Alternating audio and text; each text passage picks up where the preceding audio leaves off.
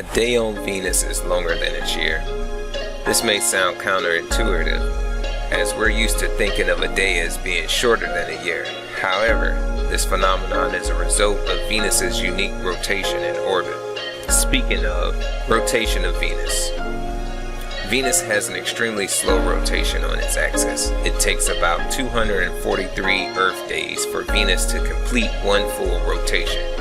This means that a single day on Venus, the time it takes for the planet to rotate once, is longer than its entire year, the time it takes to orbit the Sun. The orbital period of Venus. Venus's orbit around the Sun is shorter than its day.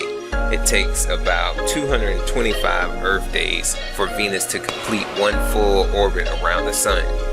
This shorter year is due to Venus's proximity to the Sun and its faster orbital speed.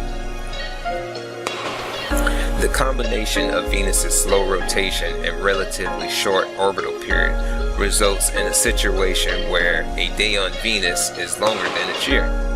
This is quite a unique and intriguing aspect of Venus's celestial mechanics.